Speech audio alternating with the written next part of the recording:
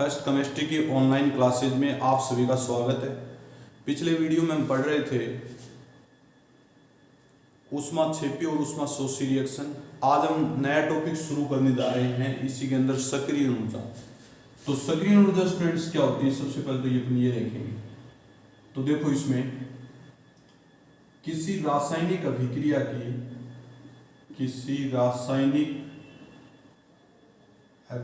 के लिए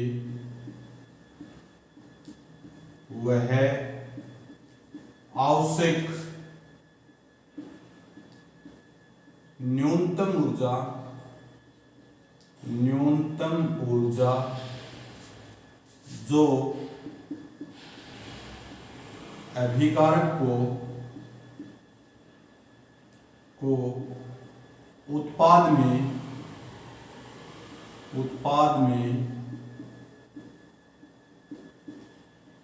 बदलने के लिए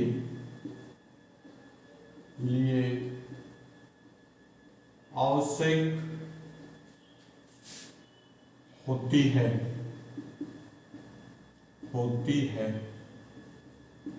सक्रिय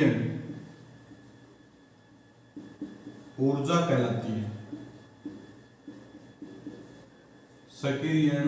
कहलाती है। एवं सक्रिय ऊर्जा का मान जितना कम होता है अभिक्रिया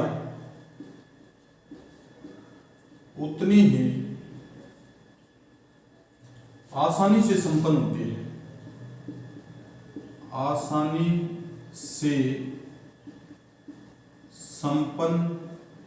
है। ये थ्योरी है बेसिक। अब देखो एग्जांपल, सपोज दैट एक नॉर्मल रिएक्शन है A plus B convert by P। ये एक रिएक्शन है स्टूडेंट्स। इस रिएक्शन के लिए देखो अपन ग्राफ बनाए, यहाँ यदि ग्राफ बनाए तो यहाँ लेंगे अपन पोटेंशियल एनर्जी और यहाँ लेंगे रिएक्शन कोऑर्डिनेट। समझ पा रहे हो? एक तरफ तो क्या लेंगे पोटेंशियल एनर्जी और एक तरफ लेंगे रिएक्शन कोऑर्डिनेट। अब इसमें देखो, यहां से कोई ग्राफ शुरू करें अपन और ये ग्राफ ऐसे बने तो आप लोग इस एनर्जी को क्या बोलेंगे, यहाँ तो है A प्लस B और यहाँ लिखेंगे P। समझ गए? अब देखो, ये जो एनर्जी है ना, ये एनर्जी, इस एनर्जी को अपन क्या कहेंगे, सक्रिय ऊर्जा। क्या कहेंगे? सक्रिय ऊर्जा। और यहाँ पर A plus dot dot dot B, इसको बोलते हैं संक्रमण अवस्था। क्या बोलेंगे? संक्रमण अवस्था। और यहां क्या बनेगा? उत्पाद। इसको क्या बोलेंगे? उत्पाद। समझ पा रहे हो स्टूडेंट्स? एक तरफ तो सक्रिय ऊर्जा, ये सक्रिय ऊर्जा, ये संक्रमण अवस्था, ये उत्पाद है। तो इस एनर्जी सक्रिय ऊर्जा के कारण ही रासायनिक अभिक्रिया संपन्न होती है और सक्रिय ऊर्जा का मान जितना कम होता है अभिक्रिया उतनी आसानी से संपन्न होती है। अब देखो, अपन आप एल्केन के अंदर देखेंगे सक्रिय ऊर्जा। तो सबसे पहले आप लोगों को ये देखना है, यहां पर देखो Cl रेडिकल। क्या लिखेंगे? Cl रेडिकल प्लस CH3H और convert by HCl plus CH3 radical. ये वो रिएक्शन है। Cl रेडिकल किसके साथ जुड़ेगा? CH3Cl के साथ HCl बनाएगा और CH3 रेडिकल बनाएगा। अब देखो, इसमें CH3Cl को बॉन्ड को ब्रेक करने, CH3H बॉन्ड को ब्रेक करने के लिए कितनी एनर्जी चाहिए? 104 किलो जूल मोल इनवर्स। ठीक है भाई? और HCl को बनने में कितनी एनर्जी चाहिए? 103 किलो जूल मोल इनवर्स। ये एनर्जी चाहिए। ठीक है? तो अपने पास जो डेल H है, del H is equal to +1 kilo joule mole inverse, ये एनर्जी बनेगी डेल H की ये। और इसकी activation activation energy is equal to होगी 4 किलो जूल मोल इनवर्स। यानी जब तक इसको 4 kilo joule mole inverse energy नहीं मिलेगी तो ये उत्पाद में कन्वर्ट नहीं होगा। देखो भी कैसे, माना ये अपने पास ग्राफ है यहां पर, ठीक है, यहां लिख देंगे पोटेंशियल एनर्जी। क्या लिखेंगे? Potential energy. यहां लिखेंगे progress of reaction, progress of reaction. समझ पा रहे हो? Progress of reaction. अब देखो इसके बीच में अपन ग्राफ बनाए तो ये ग्राफ ऐसे चलेगा भाई, ये ऐसे बनेगा ग्राफ। अब यहां पर देखो क्या है, Cl रेडिकल प्लस CH3H, यहां पर क्या बन जाएगा HCl प्लस CH3 रेडिकल। अब देखो ये जो एनर्जी है ना, ये एनर्जी यहां तक, इस एनर्जी को अपन क्या कहेंगे? Activation energy. क्या कहेंगे? Activation energy. एक्टिवेशन एनर्जी कितनी है भाई? एक्टिवेशन एनर्जी कितनी है? E is equal to 4 kilo joule mole inverse. और ये जो एनर्जी है यहां पर औसत एनर्जी बोलेंगे इसको। क्या बोलेंगे? औसत एनर्जी। ये लिखेंगे del H. Del H is equal to 1 kilo joule mole inverse. कितनी एनर्जी है? 1 किलो जूल मोल इनवर्स। कोई स्टूडेंट दिक्कत? तो ये हमने क्लोरीन के मुक्त मूलक से HCl के फॉर्मेशन के दौरान हमने एक्टिवेशन एनर्जी पढ़ी है। क्या पढ़ी है? क्लोरीन के मुक्त मूलक से HCl बनने के दौरान हमने एक्टिवेशन एनर्जी पढ़ी है। अब इसी प्रकार दूसरी एनर्जी मान लीजिए Br रेडिकल से देखें अपन। किससे देखें? Br रेडिकल से। तो यहां देखें भाई, यहां मैं लिख रहा हूं इधर, देखें भाई, सपोज दैट यहां लिख देता हूं मैं Br रेडिकल। क्या लिख देता हूं? Br रेडिकल प्लस CH3H, और अपने पास जो प्रोडक्ट बनेगा वो HBr प्लस CH3 रेडिकल। देखना भाई, ये जो एनर्जी इसकी वैल्यू कितनी होगी? 104 किलो जूल मोल इनवर्स, ये वैल्यू होगी। और यहां पर HBr बनने में 88 किलो जूल मोल इनवर्स, ये एनर्जी होगी। अब आपके पास जो डेल एच होगी, आपके पास डेल एच की वैल्यू अपने पास 16 किलो जूल मोल इनवर्स होगी। डेल एच की वैल्यू कितनी होगी? 16 किलो जूल मोल इनवर्स। और आपके पास जो एक्टिवेशन एनर्जी होगी, ई एक्टिवेशन इज इक्वल टू होगी 18 किलो जूल मोल इनवर्स। कितनी होगी? 18 किलो जूल मोल इनवर्स। अब इसका ग्राफ देखेंगे स्टूडेंट्स, यहां अपने पास पोटेंशियल एनर्जी है। कौन सी एनर्जी है? Potential energy. यहां अपने पास प्रोग्रेस ऑफ रिएक्शन है, प्रोग्रेस ऑफ रिएक्शन।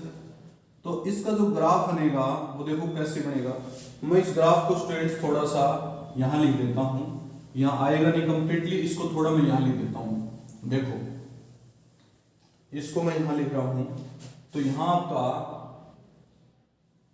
ये पोटेंशियल एनर्जी है और ये प्रोग्रेस ऑफ रिएक्शन है,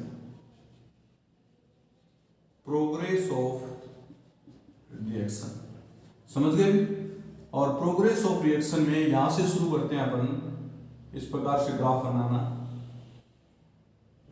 और इसको ऐसे बना देते हैं। देखना भाई, यहां पर जो एनर्जी है इसकी अपने पास जो रेडिकल है, कौन से रेडिकल है? Br radical plus CH3H। यहां पर क्या बनेगा? HBr प्लस CH3 रेडिकल, ये बन जाएगा। अब इसकी जो ये एक्टिवेशन एनर्जी है उसकी वैल्यू कितनी है? E activation is equal to 18 kilo joule mole inverse. Activation क्या लिखेंगे? Is equal to 18 kilo joule mole inverse. और यहाँ औसत जो एनर्जी होगी, ये एनर्जी देखो भी, ये औसत एनर्जी है, डेल एच की वैल्यू है वो 16 किलो जूल मोल इनवर्स। तो ये ब्रोमीन रेडिकल से HBr बनने के दौरान डेल एच और एक्टिवेशन एनर्जी की वैल्यू है। क्यों स्टूडेंट्स, कोई दिक्कत? अभी नेक्स्ट अगली जो रिएक्शन है, इसी के अंदर एक मान लीजिए CH3 रेडिकल है और उससे अपन HCl बना रहे हैं। देखो क्या बनेगा। सपोज दैट अपने पास CH3 रेडिकल है और यहां रख दिया HCl। क्या रख दिया? HCl। अब HCl को ब्रेक करने में कितनी एनर्जी चाहिए स्टूडेंट्स? HCl को ब्रेक करने में आपके पास जो एनर्जी है वो वैल्यू है उसकी 103 किलो जूल मोल इनवर्स। और क्या बन जाएगा? CH3Cl प्लस H रेडिकल, इसकी वैल्यू है 84 किलो जूल मोल इनवर्स। तो देखो स्टूडेंट्स, इसमें जो एनर्जी है डेल एच की वैल्यू है अपने पास 30 kilo joule 30 kilo joule mole inverse है। समझ गए students? 30 kilo joule mole inverse और लगभग इसके 25 किलो जूल मोल एक्टिवेशन एनर्जी मिले तो प्रोडक्ट में बदल जाएगा। किस में बदल जाएगा? प्रोडक्ट में बदल जाएगा। कोई दिक्कत स्टूडेंट्स? अब देखो मान लीजिए Cl रेडिकल, इसकी देखें नेक्स्ट एग्जांपल। जैसे अपने पास Cl ये Cl है, तो Cl को ब्रेक करने के लिए कितनी एनर्जी चाहिए? Cl को ब्रेक करने के लिए अपने पास जो एनर्जी चाहिए वो है 58 किलो जूल मोल इनवर्स। आगे बढ़ेंगे 2 Cl रेडिकल। क्या बढ़ेंगे? 2 Cl रेडिकल। अब देखो इसमें जो 58 किलो जूल मोल इनवर्स है, एनर्जी है, वो एनर्जी इसकी क्या होगी? Activation energy. और डेल एच की वैल्यू इसमें क्या होगी? एक्टिवेशन एनर्जी की इक्वल होगी। देखना यहां पर लिखते हैं अपन potential energy,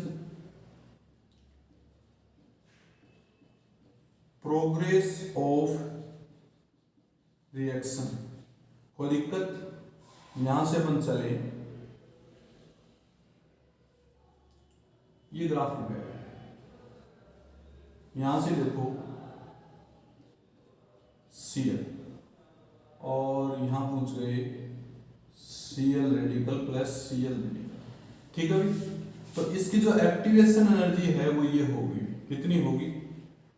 E activation energy equal to 58 kilo joule mole inverse. ठीक है भाई? और एक्टिवेशन एनर्जी के बाद इसकी जो डेल एच होगी, डेल एच ये तो होगी, इसके इक्वल ही होगी डेल एच। तो del H is equal to 58 kilo joule mole inverse. ये एनर्जी होगी इसकी। कोई दिक्कत स्टूडेंट्स? ये थी आपकी एक्टिवेशन एनर्जी। एक्टिवेशन एनर्जी हम पढ़ रहे थे, उसके बारे में इसमें डिस्कस किया है।